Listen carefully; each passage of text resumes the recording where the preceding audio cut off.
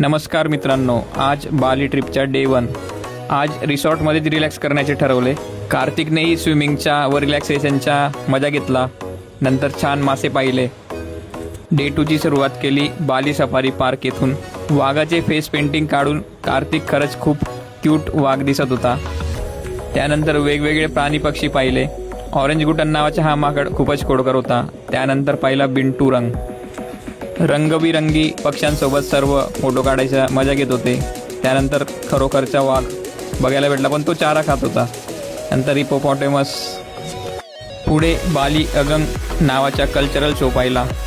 त्यानंतर जिराफ, मोठमोठे जिराफ व टायगर रिप्रेझेंटेशन शो.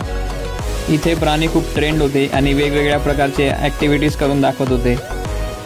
ओव्हरऑल खूप छान एक्सपिरियन्स होता आणि बालीमधला हा मस्ट विजिट एक्सपिरियन्स आहे. भेटूया पुढच्या ब्लॉगमध्ये. धन्यवाद.